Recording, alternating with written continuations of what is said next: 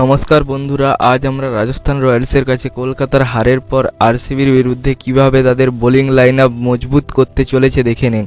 ভিডিওটা সম্পূর্ণ দেখার অনুরোধ রইল এবং এই রকম খবর পাওয়ার জন্য আমাদের চ্যানেলটাকে সাবস্ক্রাইব করে রাখুন।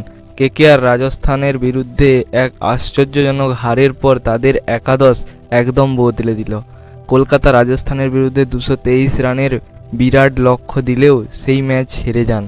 সেই ম্যাচ হারার পেছনে কোচ গৌতম গম্ভীর বোলারদের দায়ী করেছেন, বিশেষ করে অস্ট্রেলিয়ার দুর্দান্ত বোলার মিচেল স্টার্ককে। আইপিএল ইতিহাসে সর্বোচ্চ দাম দিয়ে কেনা মিচেল স্টার্ক পুরো আইপিএল খারাপ প্রদর্শন করেছেন। তাই কলকাতা আরসিবির বিরুদ্ধে মজবুত বোলিং লাইন আপ তৈরি করতে চলেছেন।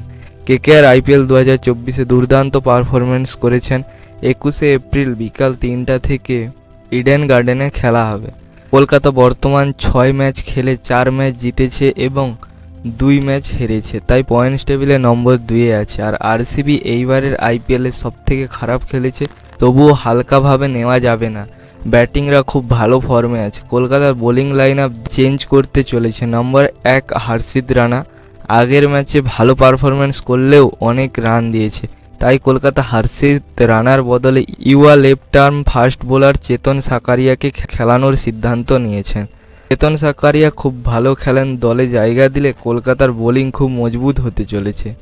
দ্বিতীয় নম্বর মিচেল স্টার্ককে কিছু ম্যাচ রেস্ট দিতে পারে কলকাতা, আর জায়গায় আফগানি স্পিনার মুজিবুর রহমানকে খেলাতে পারেন, কিন্তু সেটা হবে না হয়তো, কারণ মিচেল স্টার্ক একজন দুর্দান্ত বোলার।